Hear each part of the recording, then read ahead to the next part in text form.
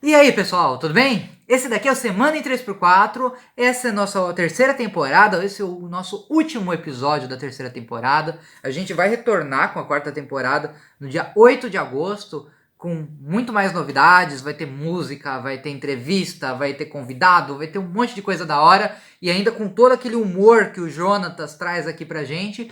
Mas o programa de hoje, a gente quer falar um pouquinho mais sério com vocês. O nosso tema de hoje vai ser racismo. Ele foi o tema de cabo a rabo dessa terceira temporada. A gente tentou abordar de todas as formas, com humor, com sarcasmo, com seriedade, mas hoje a gente vai ter um olhar mais sóbrio.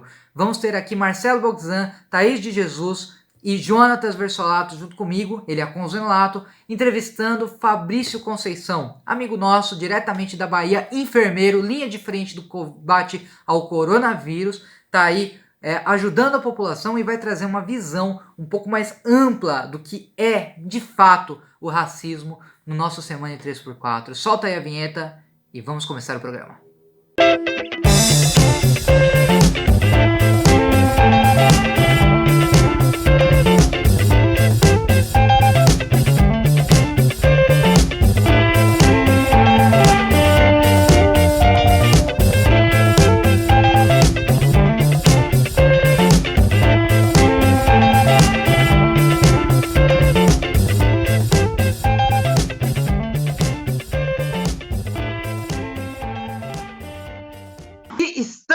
Estamos no ar com este que é mais um Semana em 3x4, último programa dessa terceira temporada. E estão aqui comigo eles, Jonatas Versolato, Thaís de Jesus e também hoje, participação especial aqui de Marcelo Bogzan. Tudo bem, Marcelo?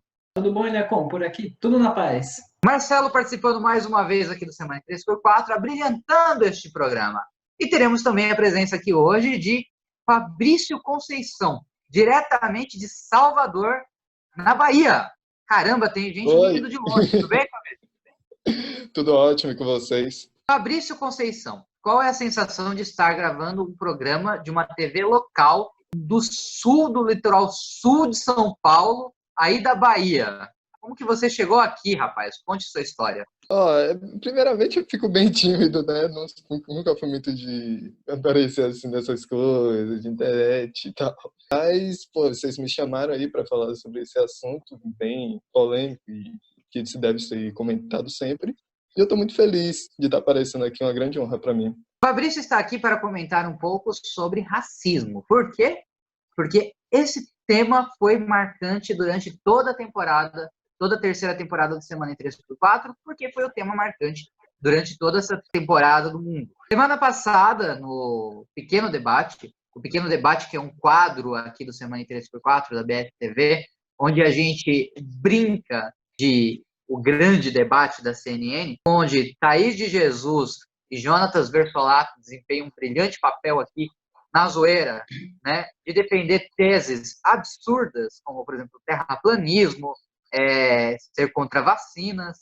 Semana passada a gente trouxe também mais uma tese absurda, que é o racismo reverso, quando na prática o ato de racismo nada mais é do que a exclusão daqueles que poucos tiveram espaço na sociedade dos novos espaços, das novas esferas da sociedade. E Fabrício está aqui para contar um pouco de sua história. Ele cresceu na Bahia, ele é técnico de enfermagem, ele tem hoje 20 anos, está aqui hoje para contar um pouquinho da sua trajetória enquanto jovem negro na capital baiana. Não é muito difícil contar histórias sobre racismo, pelo menos para boa parte dos jovens, que são até meus amigos, porque o tempo todo a gente sofre. Você tem 7, 8, e você já tem sua entrada. Você já sofre o seu primeiro, que é o bem implícitozinho. Geralmente algum comentário sobre seu tom de pele, que tem a ver com seus pais. Tipo, se seu pai é um pouquinho mais claro, vai falar, nossa, seu pai é tão clarinho e você nasceu tão escuro. O tempo todo a gente vive com esse câncer ao redor da gente. A primeira experiência assim intensa que eu sofri foi quando eu estava na 8ª série, que eu fui pro shopping com meus amigos. A gente estava saindo, adolescentezinho, eu tinha 13, 14 anos, e um segurança ficou seguindo a gente. Aí a gente não entendeu, eu fui no banheiro, me separei do grupo, ele me seguiu até o banheiro. Quando eu estava abrindo a porta, ele segurou a porta e perguntou o que eu estava fazendo aqui. Aí eu não entendi. Aí os meus amigos, tava meu irmão junto, viram que ele tava junto comigo, foram até e começaram a perguntar, tipo, o que foi? Aí, por que ele tá fazendo aqui? O que ele tá fazendo aqui? E eu era o mais escuro no meio. E aí ele falou, não, porque ele é negro. Por que ele tá aqui? Meio que todo mundo ficou sem entender nada, tá ligado? E eu nem sabia na época o que era racismo, não imaginava. Eu só me senti extremamente ofendido, porque eu não entendia porque eu tava tendo aquele tratamento grosso, sendo que eu não tinha feito nada. Bom, essa foi minha primeira experiência, já passei por muitas. Tipo, uma coisa que muita gente faz comumente, eu não sei aí onde vocês moram, mas a primeira coisa que, antes de sair de casa, o que minha namorada ou minha mãe dizem é para eu pegar minha carteira, com medo da polícia me pegar e fazer o que quiser, o que não é difícil. O que aconteceu há menos de um mês atrás, um conhecido meu estava na frente de casa, ele é negro, a polícia olhou, do nada, pegou ele e levou para a Cidade Baixa, arrancou 2 dentes do menino e ele ficou um tempo internado, a troco de nada. Teve uma vez que eu fui na RH, uma entrevista de emprego, eu estava já no 2º ano, e o primeiro emprego que tive vaga foi para uma padaria. Tudo bem, falando que a padaria era longe e tal, e ela falou sobre a questão do cabelo, sempre eu usei cabelo grande. Aí ela, você vai ter que cortar. Aí eu, não, tudo bem. Aí fui conhecer o local, e tinha um garoto branco, cabelo enorme, liso, até aqui, mais ou menos no pescoço. Aí eu não entendi, eu fui perguntar, não, que ela me passou a instrução que tinha que cortar o cabelo e tal. Ele, pra você é diferente. Eu, por quê? Aí ele ficou assim me olhando, você entendeu? Peguei e fui embora. É isso, os mais explícitos assim que você sofre são raros. Implícitos são mais fáceis, que geralmente, principalmente sobre cabelo, ou então chamam de moreno. Não sei qual é o problema de ficar chamando de moreno, sendo que é só falar que eu sou negro. Não tenho vergonha disso. Todas as pessoas negras crescem escutando que meio que são doutrinadas a terem vergonha da sua própria cor, o que é horrível. E para homens negros já é horrível, imagina para as mulheres que são obrigadas desde pequena a alisar cabelo, o que no futuro é retratado, que o cabelo não fica mais do jeito que ela queria. Meio que fazem toda uma lavagem com a gente para a gente não se sentir bem conosco. Também tem outro caso, esse daí já é mais recente. Estava junto com uma colega, o cara falou que só porque ela meio que apareceu um macaco. Aí a gente brigou e tal, mas meio que a gente briga e eles ficam lá continuando com o ódio deles o tempo todo. É algo extremamente exaustivo. É complicado. Se for para contar cada caso que eu tive aqui, acho que a gente vai ficar horas aqui, porque é o tempo todo. Rapaz, obrigado pelas suas palavras. Eu vou passar a palavra para o Jonatas Versolato. Jonatas, semana passada a gente fez aquela brincadeira aqui no Pequeno Debate, maneira sarcástica que a gente encontrou, de poder trazer um pouquinho dessa pauta tão complicada, dessas pautas tão complicadas que estão sendo discutidas agora. Está sendo muito difícil conseguir discutir hoje em dia, porque as pessoas estão cada vez mais intolerantes com os próximos, com os seus. E no Pequeno Debate a gente fez questão de ressaltar, de maneira inversa, quanto é difícil para nós, enquanto brancos, vivermos na sociedade, o que é evidente que é uma piada de mau gosto, né, Jonatas? Primeiramente, boa noite a todos aqui na conversa. É um debate antigo e é algo que vem persistindo por muito tempo, como disse o Eliacom, e a gente, infelizmente, não vê um final para isso. A luta dos negros contra o racismo e até das pessoas que solidarizam com isso, brancos, mas que solidarizam com a pauta do racismo. A gente luta, a gente tenta, mas parece que tem uma galera que não consegue entender, e todo mundo, todos nós somos iguais, todos nós somos seres humanos, todos, independente de crédulo, raça, cor, enfim. Então é uma coisa muito tensa. Eu já presenciei atos de racismo, né? Lógico que não comigo, mas com outras pessoas na rua. Eu já vi ação policiais um pouco mais ostensivas contra negros, entendeu? Então, assim, é complicado. A gente, que nem o Eliacom falou, eu fiz a sátira lá, a gente fez a brincadeira do racismo reverso e tudo mais. Até depois do final do debate, o Eliacom, a gente colocou, né, falando que vidas negras importam, LGBTQIA+, né, mulheres, enfim. Todas as vidas importam, mas mesmo assim eu deixo aqui as minhas palavras para dizer que a gente usou de total sarcasmo para demonstrar a hipocrisia que existe nesse país, e não só nesse país, no mundo inteiro, né? As pessoas continuam se vitimizando por pautas que não condizem a elas. Fabrício, eu queria saber de você sobre essa brincadeira que a gente fez, para poder mostrar o outro lado da moeda. Se você já viu, se você já presenciou esse tipo de conduta de algum colega seu, falando, pô, sua dor é grande, mas você não sabe da minha, me chamaram de palmito, me chamaram de leite moça, tentando menosprezar cada vez mais uma luta legítima e uma luta complexa essa. Porque, por exemplo, a gente fala, o humorista Danilo Gentili uma vez falou que negros serem chamados de macaco não seria nada demais, visto que macacos estão mais próximos na cadeia evolutiva dos homens do que, por exemplo, girafas. Ele, como pessoa alta, que é chamado de girafa, né? Na prática, a questão não é o animal. Nada contra o macaco, nada contra a girafa. É que no final do século XIX, nos Estados Unidos, iniciaram um projeto de zoológico com humanos.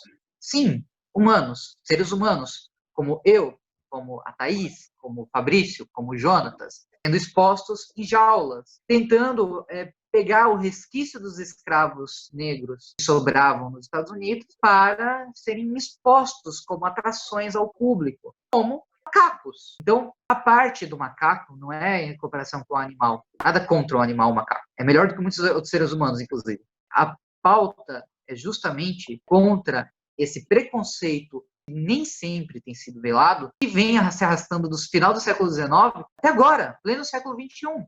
Se eu pegar aqui a mais recente, deixa eu ver, foi no ano passado, foi no curso. E o dia a gente estava voltando, estava chovendo, estava um grupo de amigos, e todos eles estavam botando capuz, eu não coloquei. Aí perguntou por quê? Porque assim, meio que desde sempre eu escutei da minha mãe, se tiver de noite no escuro para não andar com capuz, porque a polícia pode achar, vai ver algum motivo para bater na gente ou levar. E eu falei, velho, você é branco, eu acho a situação totalmente diferente. Ele falou, velho, mas eu sou favelado igual você, não importa. Você é branco. Uma situação totalmente diferente, filho. Ele começou a falar que o racismo reverso existia, que ele, como branco, também sofria muito. E eu fiquei tipo, então simplesmente saí de perto porque eu não aguentei ficar ouvindo aquilo. E é isso, muitos brancos tentam se colocar no lugar, só que eles não entendem que o privilégio branco está o tempo todo aí, o tempo todo. Você nunca vai ser tratado como um negro. Não importa, tipo, você pode ser pobre, vai sofrer também, claro, não vai sofrer igual uma pessoa que é negra. E a forma de humor que vocês usaram foi muito boa, porque vocês utilizam sarcasmo, foi muito interessante, porque meio que as pessoas acham que tem medo quando eu entro nesse assunto. Sempre ficam ali no superficial, não conseguem entrar na situação. Porque o racismo se tornou algo tão amplo que qualquer esfera ruim ele vai estar encruado. O machismo, vamos dizer, o número de mulheres que são estupradas, vai ter a taxa de mulheres brancas e vai ter a taxa de mulheres negras. Sempre a de mulheres negras vai estar bem maior. Então, é complicado, extremamente, quando uma pessoa branca, tenta se colocar nesse lugar.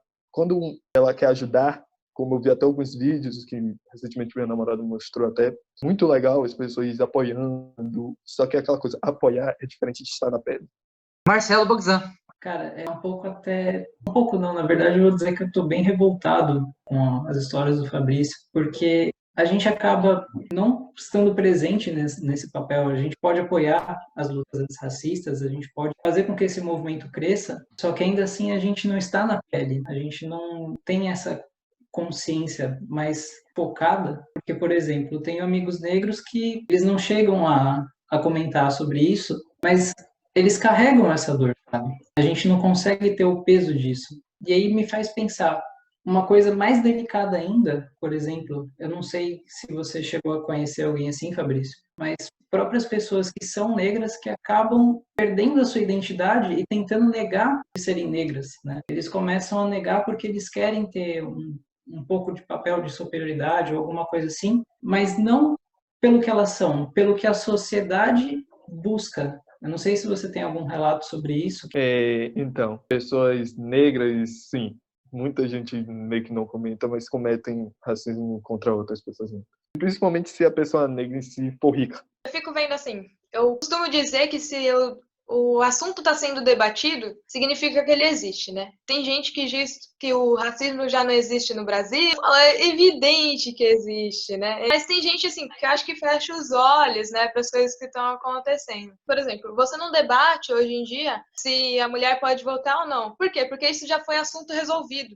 Ou seja, se estamos debatendo racismo, significa que ele ainda está implícito. E outra coisa que eu fico vendo muito, assim, é a questão das cotas. Eu trabalho na área de educação aqui em Peruíbe e a gente tem aqueles desfiles cívicos, né? Todo ano, dia 7 de setembro. Aí você vê todas as escolas do município desfilando. E focou em algumas escolas particulares, né? E você via assim, não tem negro aqui. Você não encontra um negro. Muito difícil, assim. E aí você vê outras escolas estaduais, por exemplo, em que é difícil você achar um branco, sabe? É totalmente oposto. Levando em consideração como que funcionam as escolas estaduais, públicas, né? Perto das particulares, a questão de ensino, tudo, a qualidade de ensino, né? Hoje em dia. Tem essa questão de cotas que ainda são muito debatidas. Eu queria saber sua opinião em relação às cotas, o que você acha, porque tem gente que fala que cota é racismo também, que está falando que eles são inferiores, mas eu não vejo nessa posição. Sou totalmente a favor, porque assim, nós negros meio que fomos escravizados por não ter tanto tempo assim que acabou. Não tem muito tempo. Se você parar para pensar, minha bisavó ainda era escrava. Minha avó mesmo já tem alguns relatos, mas é outra história. E a situação das cotas meio que eu vejo como o governo tentando reparar, antes de dizer, o problema, a coisa ruim que eles fizeram. Então faz sentido as pessoas serem contra isso, principalmente que tem muitos brancos na faculdade particular e meio que roubam, se dizendo como cotas nas faculdades públicas. A faculdade pública daqui, você vai ver mais branco, rico, principalmente, totalmente lá, tranquilamente, negros mínimos. Quando você vai lá na faculdade, são pouquíssimos que você vê. Sobre a questão das cotas, o Fabrício deve saber melhor que eu, especialmente no Rio de Janeiro, quando terminou a escravatura, a abolição da escravatura se deu pela Lei Áurea, daquela história bonita que a gente sabe, né, o quanto que a corte portuguesa estava preocupada com os negros aqui no Brasil, né? Quando na prática ocorreu um pouco por conta do capitalismo, era a Revolução Industrial, necessitavam de consumidores e liberar os escravos era uma forma de fomentar a economia da época. Entretanto, os verdadeiros abolicionistas, aqueles que estavam realmente interessados na liberdade dos negros, tinham pautas específicas, como, por exemplo, pedaços de terras, remuneração devida pelo tempo que foi trabalhado de maneira escravizada, e nada disso realmente ocorreu. O que ocorreu foi que os negros, certos, simplesmente falaram, tá aqui, tchau, pode ir, vai lá. Durante um século, mesmo os negros que conseguiam, por um milagre divino, um pedaço de terra, eles não tinham o direito de escriturar o seu pedaço de terra. O que muda a situação, por exemplo, para os brancos italianos. Os meus ancestrais vieram para o Brasil, refugiados, viveram aqui, de certa forma, eles foram escravizados porque trabalhavam em troco de pagar o material para poder trabalhar e ficava devendo eternamente, e até que conseguiram finalmente fugir, só que ao contrário dos negros, conseguiram fugir e ter seu espaço, um pedaço de terra, que os italianos podiam ter, os japoneses podiam ter, podiam fomentar a economia, podiam constituir empresas, né? Os negros não. Os negros tinham de ficar reclusos. Fez com que hoje a gente tenha esse absurdo de desigualdade racial, mais do que, de repente, a desigualdade social. Jonatas Versolato, volto a palavra para você, porque durante essa temporada inteira a gente conversou sobre esse assunto. Durante essa temporada inteira a gente viu casos nítidos de racismo, né? Como, por exemplo, aquele negro que estava publicando Vidas Negras Importam, e a vizinha dele, branca, denunciou ele para a polícia como se estivesse pichando a casa de outro. Na verdade, a casa era dele, né? E o racismo dos Estados Unidos, de repente um pouco mais escrachado do que no Brasil, está começando a virar aqui no Brasil também um pouco mais escrachado. Em que pé estamos, hein, Jonatas? Então, realmente, a gente viu muitas notícias focando nessa parte, mostrando o quão racista é o mundo e o quão racista é o Brasil também, que está se mostrando muito mais racista, até porque quando você tem representantes que, de repente, dão voz a pessoas que talvez tenham um pensamento preconceituoso, isso toma forma, isso aumenta. E a gente vê isso hoje em dia, né? E eu gostaria de fazer uma pergunta para o Fabrício. Assim como foi falado que tem muitos negros que eles não se importam pela causa, ou por algum motivo, por motivo econômico, porque, sei lá, porque é famoso, ou qualquer coisa assim, eles não se importam pela pauta do racismo. também tem negros que eu acho que representam muito bem tudo isso. Por exemplo, o Mano Brown. Eu estudei em escola estadual, né, e eu, né, tinha amizade com muita gente, eu comecei a ouvir Racionais MCs. Eu acho que foi esse divisor de águas na minha vida que me fez entender o quão complexo era a coisa do racismo. Porque, como você disse, né, Fabrício? Nós, brancos, a gente não entende exatamente o que o negro passa. A gente só consegue ver por relato, a gente consegue ver pelo próprio racismo velado, que a gente vê pessoas cometendo o tempo todo e tal, por denúncias, mas a gente não vive isso na pele.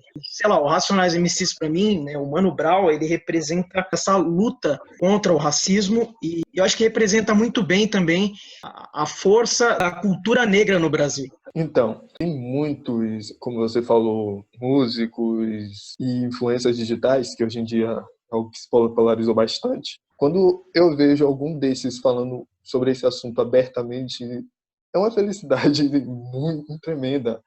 Tem muitas influências que minha namorada assiste, eu estou perto dela, assisto junto, que é tão bom você ver que tem alguém ali tentando lutar por essa causa, que pelo menos mesmo fazendo um pequeno relato, fazendo um videozinho de 5 minutos, mas falando o que pensa, falando o que sente, vendo a opinião de como está a situação agora, você se sente um pouco representado. Eu imagino que um dia, pelo que eu vejo ultimamente, bem distante, alguém negro, tipo, lá em cima, como no caso teve o presidente Barack Obama, quando ele se tornou presidente, meio que rolou uma festa lá em casa. Então ficou tipo, nossa, um negro presidente do país, ficou tipo, meu Deus, porque mesmo por mais representantes que tem, vamos dizer, na África, não consegue chegar aqui essa coisa. Meio que a gente tem um pensamento bem preconceituoso de como está na África, e é bem complicado.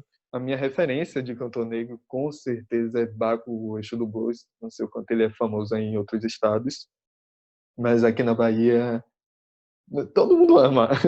Ele fala muito bem, fala o que a gente pensa, boa parte das vezes. Marcelo Boxan, entre vários autores que fazem parte da grade curricular brasileira, está Monteiro Lobato, famoso pelo Sítio do Pica-Pau Amarelo. As obras dele são conhecidas mundialmente. Evidentemente, também ficaram muito caloradas no coraçãozinho das crianças devido à reprodução da Rede Globo, do antigo Sítio do Pica-Pau Amarelo, do novo Sítio do Pica-Pau Amarelo, do Sítio do Pica-Pau em desenho animado, que mostra de uma maneira um pouco mais delicada, né, as escritas de Monteiro Lobato.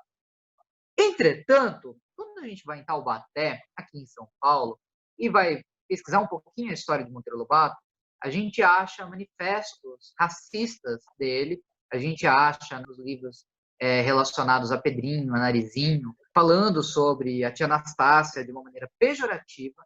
E no teatro que existe em Taubaté, existe uma cultura dentro do teatro, que o teatro reproduz exatamente a obra original de Monteiro Lobato, de colocar várias crianças para ofender, para brincar com a aparência física da tia Anastácia, que é uma atriz negra que está ali incorporando a tia Anastácia. Entre essas crianças, muitas vezes estão negros. Não consigo imaginar como essas crianças se sentem, mas dá para se imaginar que não deve ser algo muito agradável. A questão é, Monteiro Lobato, sua obra, pela cultura da época, estão aí até hoje. O que mais da nossa cultura está impregnado, Marcelo? E o que você tem a perguntar para Fabrício? Então, essas obras de Monteiro Lobato, se você pegar da data da escrita, você percebe muita coisa ainda embutida pela época em que ela foi feita, né? Só que isso ainda assim não tira o mérito de que isso continuou sendo passado adiante. Por exemplo, as retratações que foram feitas das suas obras, o antigo Sítio do Pica-Pau, o novo Sítio do Pica-Pau,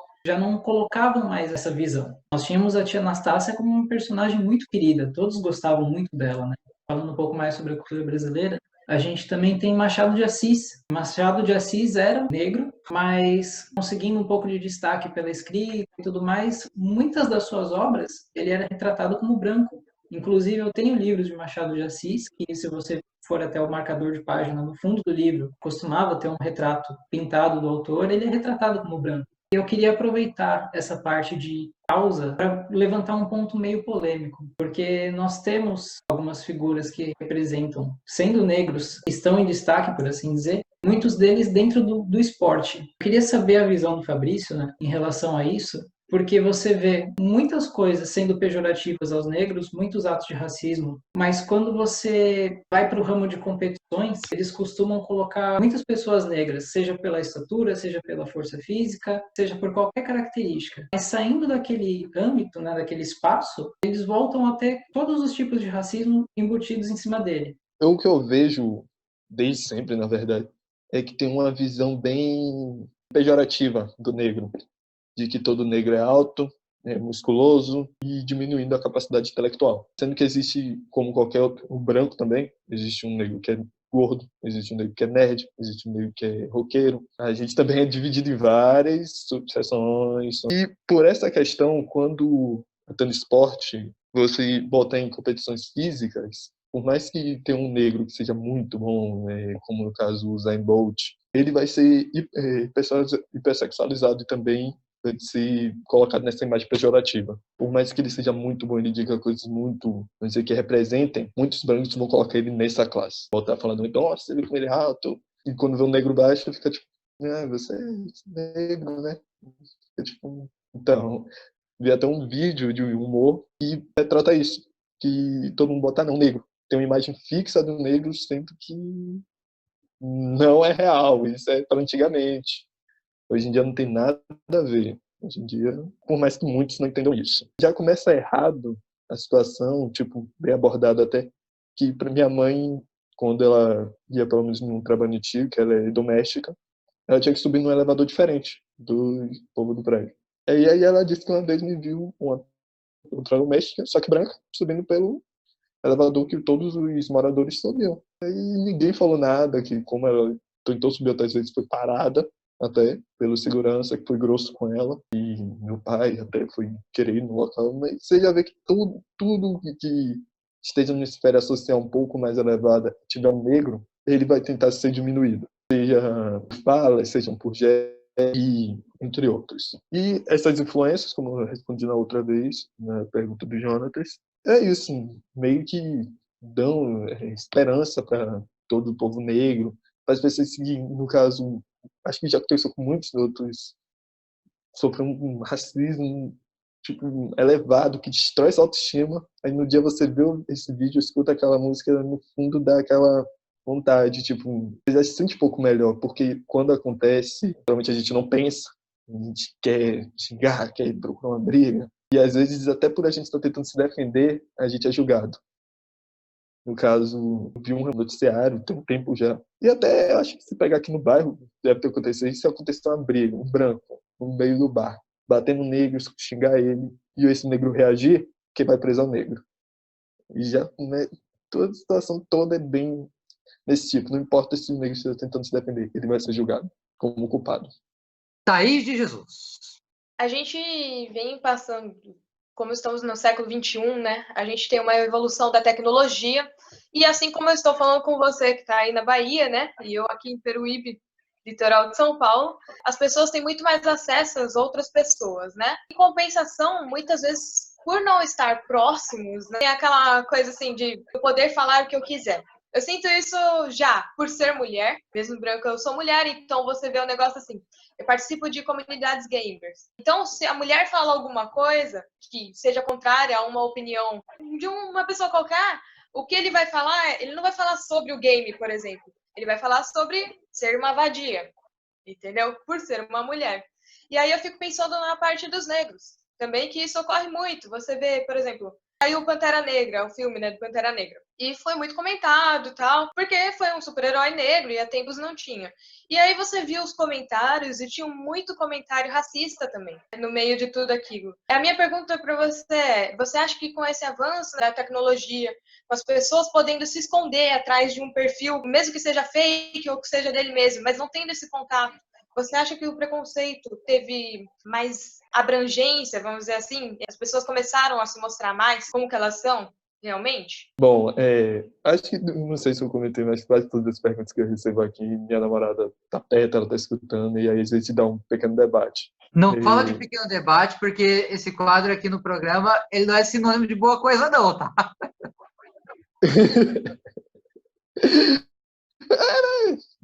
Só para eu estar falando aqui, muita gente vai se ofender.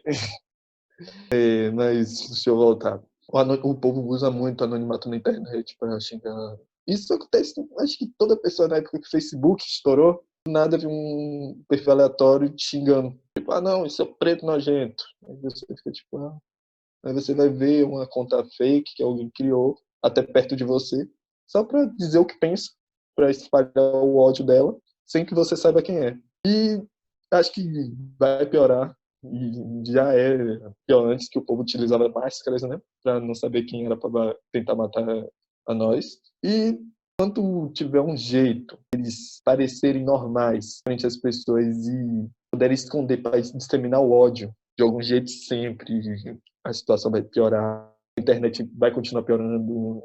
É difícil a gente ver um ponto positivo, tipo um mundo em que o racismo não exista mais. É muito difícil imaginar esse tipo de coisa. Sinceramente, eu não consigo. Pelo menos por tudo que eu passei, pelo que eu vejo minha família, meus amigos passarem, não consigo ver tendo pelo menos por agora, deixa eu ver aqui, 2050, não consigo imaginar o racismo acabando, felizmente. O que me deixa muito triste.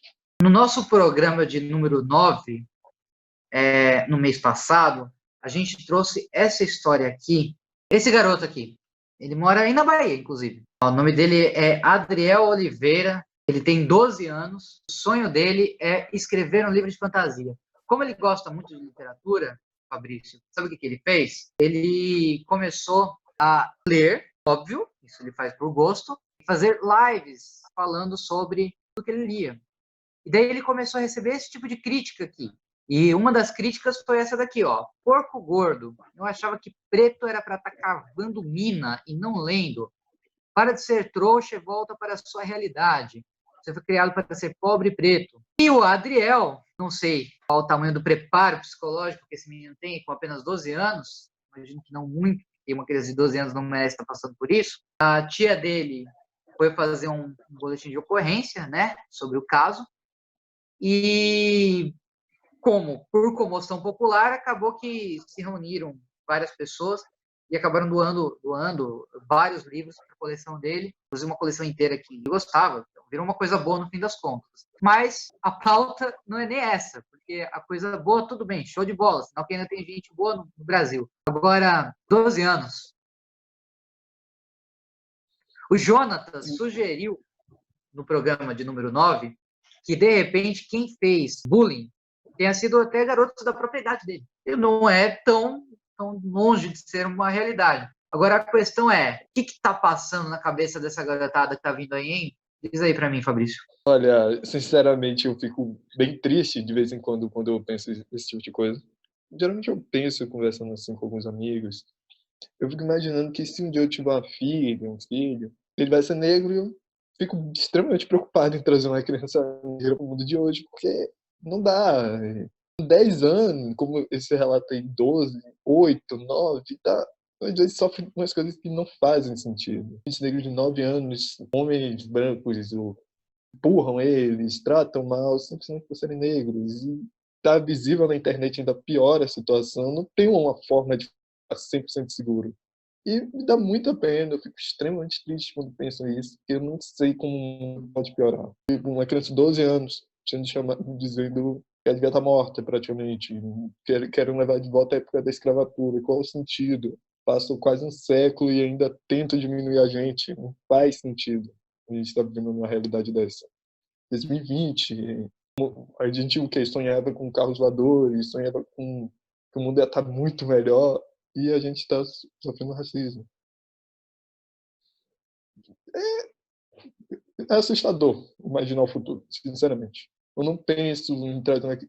Até teve uma época que eu queria ter um filho, mas como é que eu vou ter? Como é que eu vou estar ali 100% o tempo todo? Na escola, principalmente.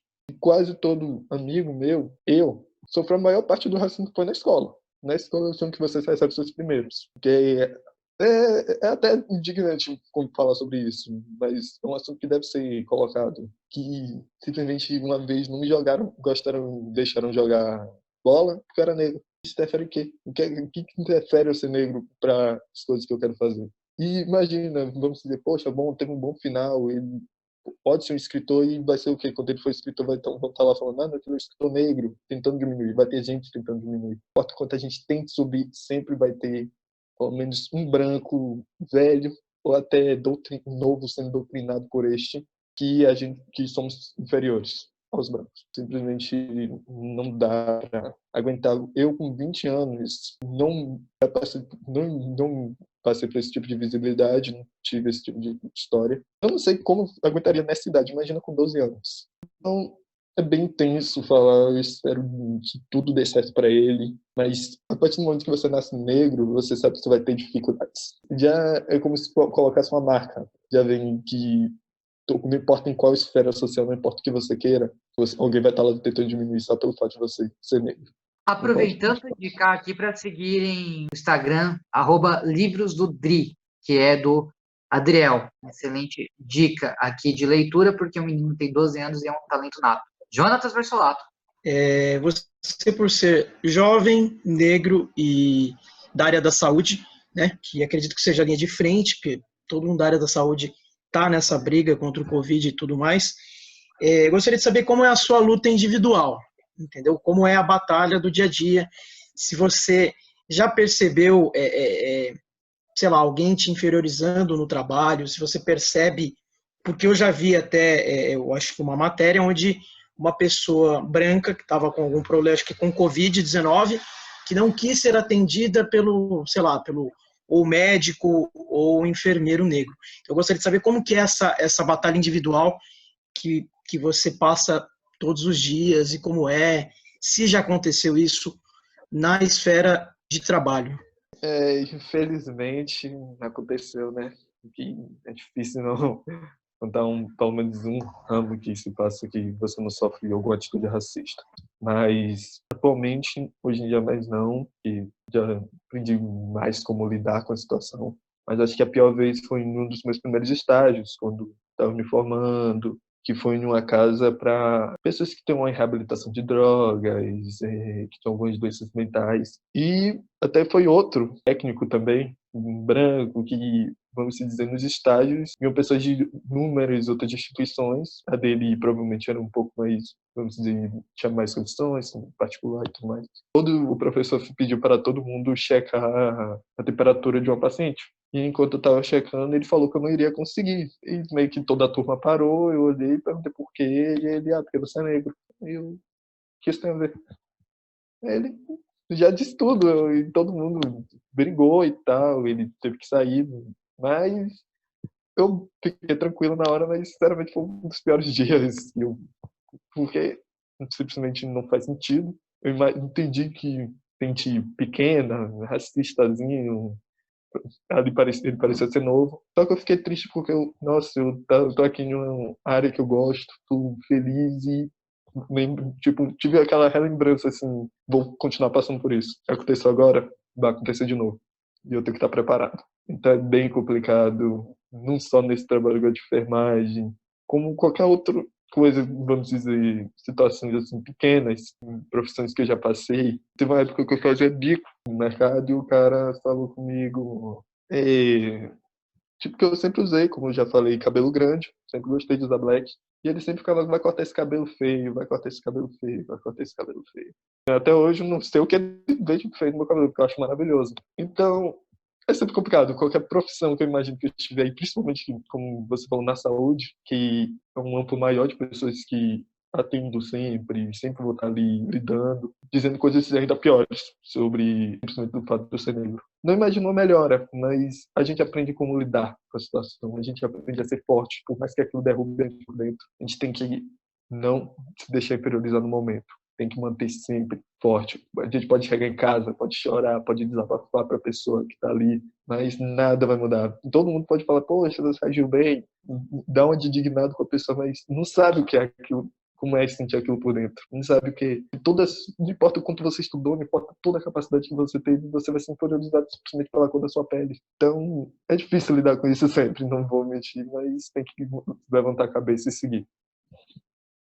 Thaís, eu gostaria que você fizesse a próxima pergunta num paralelo entre a luta das mulheres na conquista pelo espaço na sociedade, dos negros conquistando espaço na sociedade, e também pelo fato de hoje temos, por exemplo, uma deputada federal catarinense que diz que as mulheres sempre tiveram espaço. É um absurdo hoje qualquer movimento que seja favorável aos direitos das mulheres. Seria um motivo para as mulheres terem qualquer tipo de direito, né, equitativo ao dos homens. E o paralelo também dos movimentos racistas que existem no país e o quanto que os nossos pais, nossos avós, aqueles que nos proporcionariam ou deveriam nos proporcionar uma visão mais sóbria do mundo, são influentes para que a gente conviva, possa fazer da nossa sociedade uma sociedade melhor. Então, acho que para mim é até mais fácil porque eu sou branquela do olho verde, né? Então, isso é um negócio que eu tenho...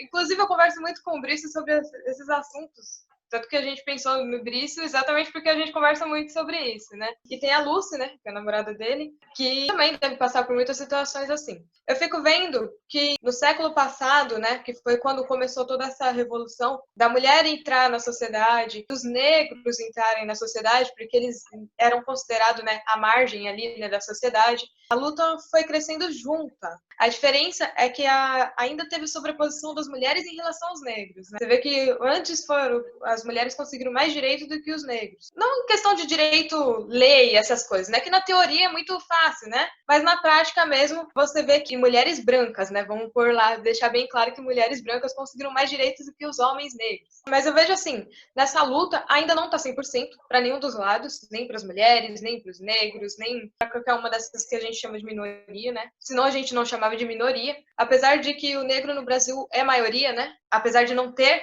essa vantagem, né? Você vê, assim, no mercado de trabalho, por exemplo, não tem essa vantagem, mas o negro é a maioria no Brasil. Eu fico vendo essa luta, né, de classes, e classes do que eu digo, assim, as mulheres mesmo. As mulheres tiveram uma dificuldade muito grande para chegar onde chegaram, para conseguir votar, para conseguir ter uma empresa, sabe? Foi em 2000, 2004 que a mulher conseguiu começar a abrir uma empresa sem precisar da autorização do marido. Porque é, assim, absurdo, entendeu? Acho que se você quer abrir sua empresa, você tem plena capacidade. Assim como os negros, né? Os negros, mesma coisa. Você vê que no topo das empresas, dificilmente vai estar um negro. Porque isso vem daquilo que a gente já estava falando, né? Histórico, né? E não por conta da capacidade do pessoa, né? Que não capazes umas contra as outras, né? Isso cor não vai influenciar em nada. E aí eu fico pensando na luta das mulheres negras, né? Porque assim, já é difícil para o homem negro, já é difícil para a mulher branca. Imagina ser uma mulher negra no meio disso tudo, né? Como conseguir seu espaço na sociedade, né? Você que tem um convívio, principalmente aí com a Luciana, com a sua mãe também, né? Como que é essa luta delas, que deve ser muito maior do que até mesmo, por exemplo, seu pai deve ter conseguido um emprego muito mais fácil do que sua mãe. Seu pai, que você sempre fala também que luta nessa parte de racismo, contra o preconceito, contra essas coisas. O que você vê em relação vindo delas, assim? Ou é muito mais sofrido? Como que funciona isso? Bom, como você falou, tem convívio com minha mãe, com minha namorada, que eu considero elas rainhas, deusas, porque pelo que elas me contam que passam, eu não aguentaria, vou ser sincero.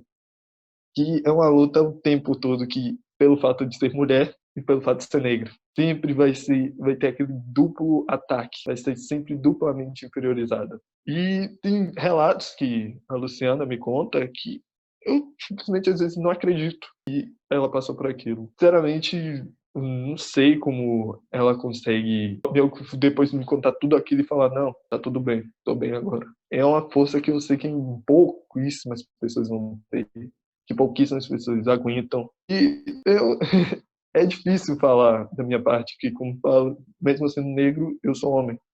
Não é tão... É difícil? É. Mas para ela é duplamente pior.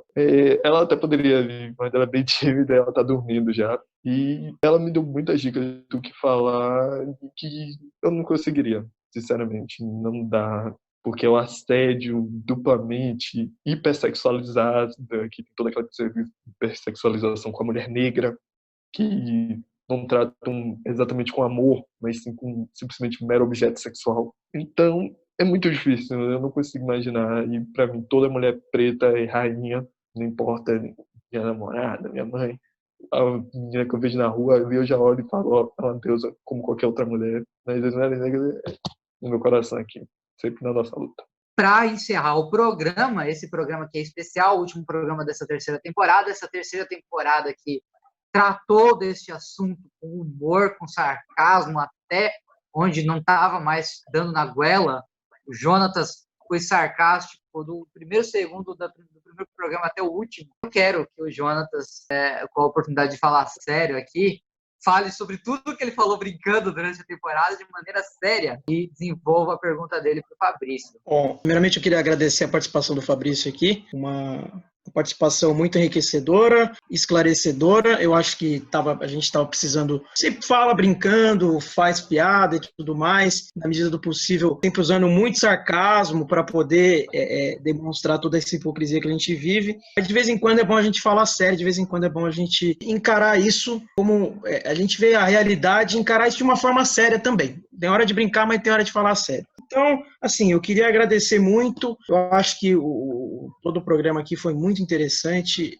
O Fabrício ele respondeu muito bem todas as perguntas, esclareceu para todos nós que aqui somos brancos e a gente, né, não tem o nosso lugar de fala aqui para poder falar, não, porque isso e aquilo. Não, a gente tem que ter uma pessoa que representa realmente a dor e todo esse problema, o racismo que a gente encontra no Brasil e no mundo. Agora, só para a gente finalizar, pelo menos da minha parte, eu quero fazer uma pergunta. Eu, como comediante, e que eu não sei se você acompanha muito comédia, se você gosta, se você, tanto quanto eu, mas o que você acha, por exemplo, é uma pergunta meio que redundante, porque eu já fiz a pergunta falando sobre músicos, sobre artistas negros e tudo mais. Mas agora falando mais voltado para a área da comédia, para a área do que é mais a minha cara. Séries como Um Maluco no Pedaço, como Todo Mundo Odeia o Chris, comediante como o Chris Rock, por exemplo, que é um cara que no stand-up comedy, né, que stand-up comedy, muita gente entende stand-up comedy como estar de pé falando de pé, mas se você pensar na concepção de stand-up comedy no sentido exato do que se propõe, é estar de pé falando algo para alguém. Então, o Chris Rock, assim como muitos outros comediantes negros, ao meu ver, eles fazem esse papel muito bom, assim, de fazer piada sarcástica mesmo, entendeu? Demonstrando o quão difícil é ser negro, principalmente nos Estados Unidos, no caso do Chris Rock, e espalhando a palavra, demonstrando através de muito sarcasmo, de muito humor. Eu gostaria de saber como é para você, se você gosta, se você consome isso, né? Se você consome conteúdos de comédia, de humor, eu não sei como que é para você. Eu gostaria de saber qual é a sua posição quanto a isso, quanto à comédia, principalmente a comédia de comediantes negros, com essa batalha, com essa luta e com essa crítica social. Eu queria aproveitar para fazer uma emenda na pergunta do Jonatas, aproveitar deixa, e sua opinião também sobre o Yuri Marçal, que é um comediante negro aqui do Brasil, que aborda o tema do racismo com muita frequência em todos os textos dele, né? E como que você enxerga esse tema sendo abordado de uma maneira mais humorística? Deixa eu ver aqui uma forma mais simples de responder ambas as perguntas. A primeira vez, em consideração, Todo Mundo Odeia o Chris, que é uma série antiga. Sinceramente, eu acho que quase toda pessoa negra, a primeira vez que vê essa série amor, é uma sensação tão boa, porque o tempo todo a gente vê o que sempre, vamos dizer, comédia com atores brancos, sempre filmes com atores brancos. Sempre o ator negro era aquele que, vamos dizer, não tinha tanto destaque, aí uma série que só tinha uma família inteira e era todo mundo negro. É tão bom ver aquilo que, sinceramente, eu não consigo nem imaginar. Um Maluco no Pedaço. Foram séries que, para muitos negros também que curtem comédia, querem ser humoristas, eu acho que alavancou muito. Não sei se tem muito a ver, mas o desenho Super Choque, acho que muita gente deve conhecer. Só tinha o quê? Todo mundo queria ser Superman e tal. Todo garoto negro queria ser o Super Choque. E ele era a referência. Ele era o nosso Superman, como vamos dizer. Que quando a gente viu ele ali, um adolescente negro, passando por tudo aquilo, nem que a gente se coloca naquele lugar, porque é como se estivesse representando uma parte do que a gente vive. E no caso do brasileiro, eu acompanho o tempo todo. Eu, sinceramente, choro de rir. Porque mesmo ali usando piada, representa bem. O tempo todo aquelas piadas, vamos dizer, teve um vídeo até que eu vi, que eu já até citei, o tempo todo ele falando do escritor branco. E eu peguei o contrário, tipo, é extremamente isso que a gente vê. A gente vê um cantor, não vai ser um cantor normal, cantor negro. Vão falar logo, cantor negro, humorista negro. Não vai ser simplesmente tratado como humorista. Vão falar, não, você tá representando toda a raça negra. E ele tá tipo, eu só tô sendo humorista, cara. E querendo ou não, quando você sobe, não importa que tipo de ramo seja, você vai ter que representar, lutar contra o racismo. Porque mesmo se você tentar fugir, ela vai te alcançar. Sempre vai te alcançar. E, sinceramente, com todos eles, pelo menos para mim, no caso, Todo Mundo Deu Cris, hoje em dia, Yuri Marcel, o desenho de Super Choque, fazem parte muito importante na minha vida. Mas é uma parte muito importante da luta que a gente tem sempre. Não ter mais sempre aquela pessoa branca representada. E, por mais que realmente tenha, e alguns brancos que apoiam. Eu acho tão legal, tipo, a pessoa branca, ela não se coloca no lugar, mas lutando pela causa. Você vê ali tratando como igual, sem ser aquela coisa, tipo, o tempo todo como se estivesse pisando em ovos, o que é pior. Pra mim é a pior coisa, que a pessoa age como se estivesse no campo minado. Toda vez fala, não, preto, não, é negro, não sei o termo, e eu faz o termo. A minha pele continua sendo a mesma coisa. Sinceramente, não sou tanto de humor, mas sinceramente, esses aí, essa galera toda, a minha representação que tá ajudando bastante e eu devo todo apoio. Marcelo Boxan, mais uma vez aqui participando do Semana em 3x4 e dessa vez a gente chamou para uma pauta séria. Olha só, hein? Semana em 3x4 falando sério, Marcelo. Você viveu para ver isso? Quais suas considerações finais e qual a sua pergunta para o Fabrício para encerrar? Pois é, rapaz, eu vivi para ver isso e vivi para participar disso, olha que coisa bonita.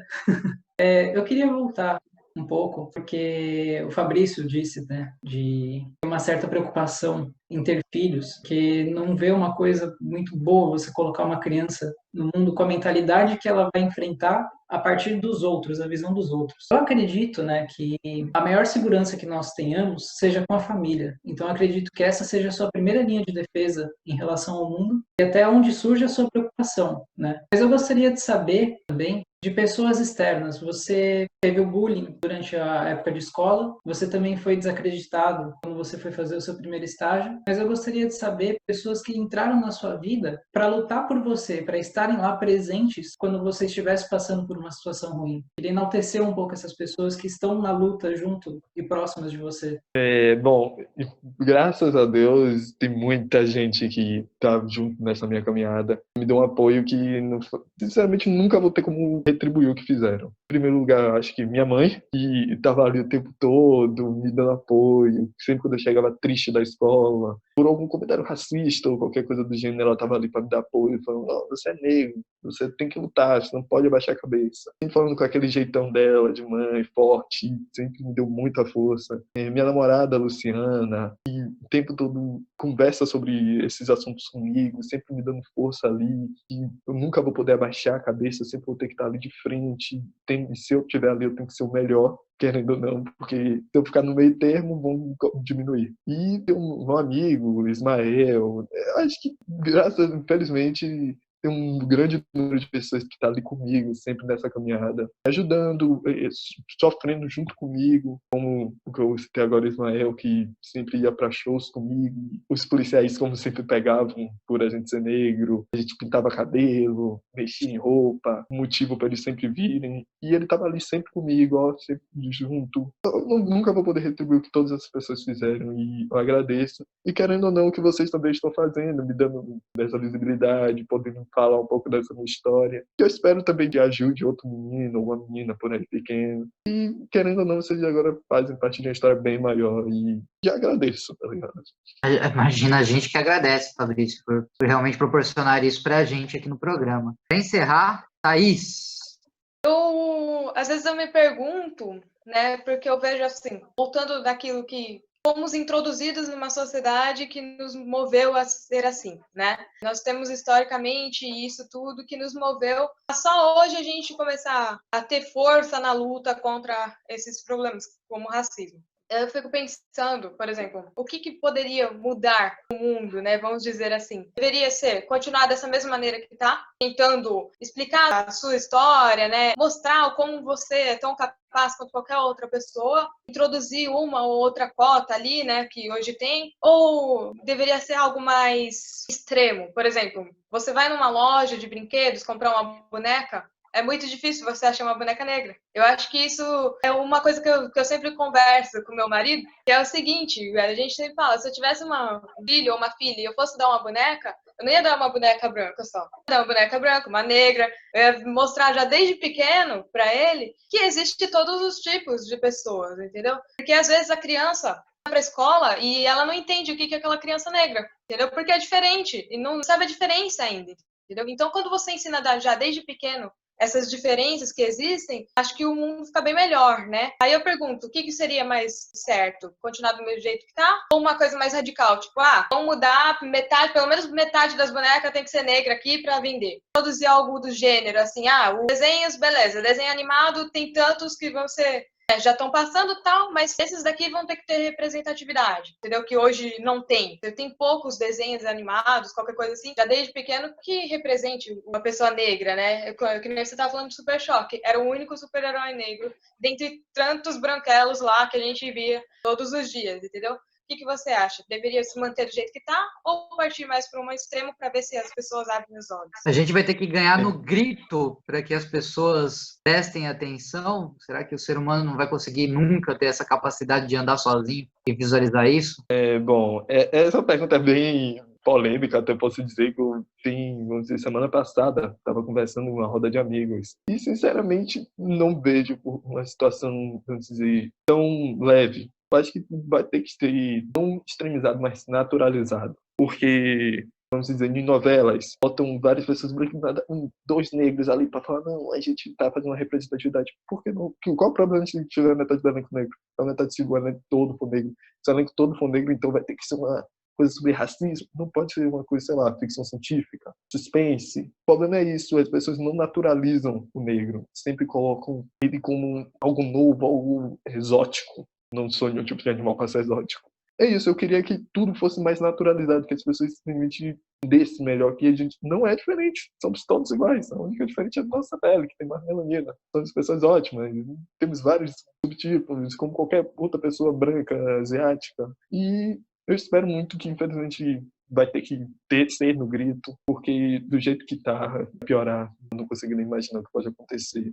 Como eu falei na outra pergunta, com futuras gerações, não só meus filhos, mas filhos de amigos, vizinho, qualquer outra pessoa no mundo que a criança for negro e sinta um medo no coração. O quanto foi difícil fazer esse programa para você hoje? Sinceramente, além do fato de eu ser um pouco tímido, mas quando a Thaís me falou qual era o assunto, eu me senti na obrigação de ter que vir, porque por mais que tenham muitas pessoas representando, ainda assim não está sendo suficiente, tem que vir mais, de qualquer jeito, comediante, músico, ator, não importa, tem que vir mais gente, porque do jeito que tá, a gente só tá morrendo. Cada dia que passa, a gente morre cada vez mais, a gente é cada vez mais cansado. Algumas pessoas pensam, não, melhorou muito do que era, mas querem que a gente agradeça migalhas. O problema é esse, a gente não quer migalhas, a gente quer todo o direito que qualquer pessoa tem. Então, ele simplesmente teve momentos aqui que, mais conversando até, não sei se pessoas que eu exaltei um pouco, porque é bem indignante lembrar de certas coisas. E o relato desse menino de 12 anos para mim foi muito difícil. E, sinceramente, eu agradeço, mas eu tô até agora arrepiado por estar falando tudo isso aqui. Rapaz, brigadão, viu? Obrigado mesmo pelo seu depoimento, obrigado por tudo. O Jonatas lembrou muito bem que, além de tudo isso que você está trazendo para a gente, você veio para falar sobre isso, mas você não é artista, você não é jornalista, você não é cantor, você não é membro de mídia, você é um enfermeiro. Eu acho que, de repente, ainda mais em tempos de pandemia de coronavírus, de repente você está exercendo hoje a profissão mais gratificante da sociedade, a mais bonita da sociedade. Então, veio aqui um cara que está na linha de frente, defendendo a sua vida, implorando para que defendam a vida daqueles que são iguais a ele. É possível que isso não te tocou, cara. Se isso não te tocou, você tem sérios problemas. Mas vai fazer o quê? A gente está aqui para fazer a nossa parte, que é trazer informação, trazer o ângulo de visão e trazer o melhor do Semana em 3x4 para a sua BSTV, canal 11 da NET, canal 1.3 da SAT. Você acompanha pelo www.bstv.com.br. Essa foi a terceira temporada do Semana em 3x4. Nós encerramos por aqui, mas fique em paz, porque no dia 8 de agosto estaremos de volta com a quarta temporada, com muito mais para você aqui na sua BSTV. Muito obrigado pela sua companhia, pelo carinho da sua audiência, por nos assistir até essa hora. Fique com Deus. Tchau!